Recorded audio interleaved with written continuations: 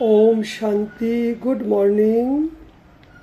आज 8/8/2024 सद्गुरुवार।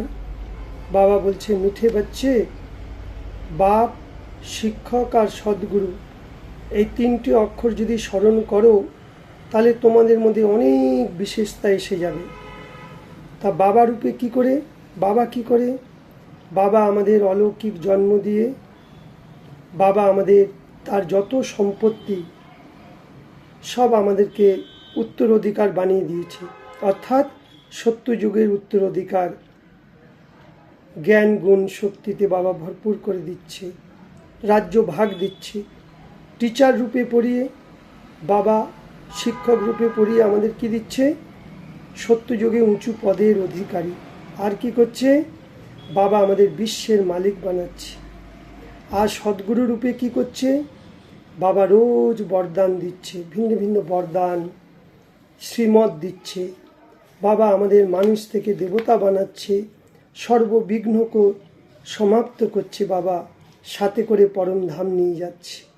এই তিন বিশেষতা আজকে যে আমরা সারাদিন মনন চিন্তন করব, তাহলে আমাদের মধ্যে অনেক বিশেষতা এসে যাবে। ফের বাবা প্রশ্ন জিজ্ঞেস করছে, किन बच्चों के हर कदम में पद्मों की कमाई जमा होते? কোন বাচ্চাদের প্রত্যেকটি কদম বাই কদমে পদম কামাই, অর্থাৎ প্রত্যেকটি সংকল্পে আমাদের কোটি কোটি টাকার সমান জমা হবে। যে নিজের প্রত্যেকটি কদম অর্থাৎ প্রত্যেকটি সংকল্প যে কাজটা করছে বাবাকে সাথে নিয়ে করছে, তাহলে সার্ভিসে আগে বাড়তে থাকবে, সেবাতে তার পদ্ম কি কামাই জমা হবে। যদি বাবার সার্ভিস में कदम नहीं उठाएंगे, অর্থাৎ বাবাকে সাথে করে যদি সেবা না করো তাহলে পদম কি করে পাবে? সার্ভিস ही कदम में पदम देती है। হ্যাঁ, যত যত সেবা করব প্রত্যেক কদমে পদম দেবে। একই বলছে পদ্মা পদম সৌভাগ্যশালী হবে তোমরা। ফির দ্বিতীয় প্রশ্ন, किस राज को जानने के कारण তোমরা বাচ্চারা সকলের কল্যাণ করতে পারো? এমন কি রাজ আছে যেটা জেনে গেলে তোমরা সকলের কল্যাণ করতে পারো? বাবা নে হাম বাচ্চাকে, আমাদের বাচ্চাদের এই রাজ বুঝিয়েছেন কি সবাই একই দোকান বাবা খুলেছে, হট্টি মানে দোকান। এই দোকানে সবাইকে আসতে হবে। কিসের দোকান? জ্ঞান গুণ পবিত্রতা সুখ শান্তি মুক্তি জীবন মুক্তি বাবার এখানে পাওয়া যাবে। এই দোকান পৃথিবীতে আর কোথাও নেই, এটা ভগবানের দোকান। সে দোকানগুলো কোথায়? সারা বিশ্বে ভিন্ন ভিন্ন সেন্টার। ভিন্ন ভিন্ন সেন্টারে গেলে তোমরা বুঝতে পারবে ভগবানকে, মানুষকে, দেবতাকে। এই হলো, এই দোকানে এসে সব পেয়ে যাবে। এই গভীর রহস্যের কথা এখনই তোমরা বুঝতে পারছ। এই রাজকে যারা জানবে তারাই নিজেরও কল্যাণ করবে আর সকলেরই কল্যাণ করতে পারবে। ফের বাবা বলছে, বাচ্চে এই গৃহস্থ ব্যবহারের মধ্যে থেকেও বহু যুক্তি দিয়ে তোমাদের চলতে হবে। কখনো কাউকে নারাজ করো না। নারাজ কে হয়?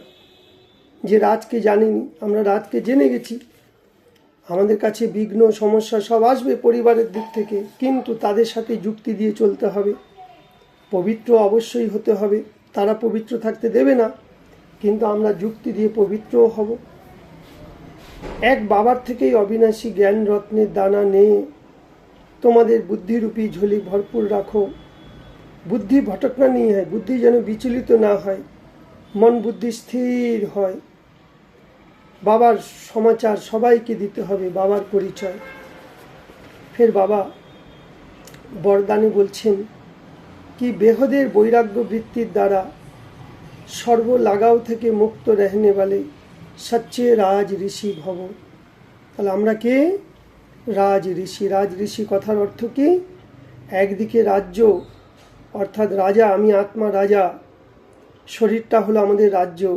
দ্বিতীয় তরফ ঋষি অর্থাৎ এই দেহ থেকে বৈরাগ্য আর দুনিয়া থেকেও সংসার থেকেও। তাহলে ঋষি মানে পবিত্র, ঋষি মানে বেহদের বৈরাগ্য বৃত্তি। তাহলে আমরা কি হলাম? রাজ ঋষি। এই শরীর রূপী রাজ্যে আমি আত্মা রাজা, ভ্রুকুটির সিংহাসনে সব কর্মেন্দ্রিয়গুলোর দ্বারা কাজ করাচ্ছি। এই জন্য দেহ আর দুনিয়া থেকে ত্যাগের ভাবনা, বৈরাগী মানে ত্যাগ। যদি কোথাও আমাদের মোহ লেগে থাকে, কোনো ব্যক্তি বস্তু বৈভবের প্রতি আকর্ষণ থাকে, তাহলে তাকে রাজঋষি বলা হবে না। যে সংকল্প মাত্র যদি একটু লাগাও থাকে, অর্থাৎ এই দেহের প্রতি বা সংসারের প্রতি, দুনিয়ার প্রতি, তাহলে সে দু নৌকোই পা দিয়েছে, ফের তো না এখানে থাকবে না ওখানে থাকবে। এই জন্য রাজঋষি হও, বেহদের বৈরাগ্য বৃত্তিকে ধারণ করো, অর্থাৎ এক বাবা, দ্বিতীয় কেউ নয়, এই পাঠ পাক্কা করো। বাবার সাথে সর্বসম্বন্ধ। ফের স্লোগান, ক্রোধ অগ্নিরূপ। ক্রোধ মানে রাগ।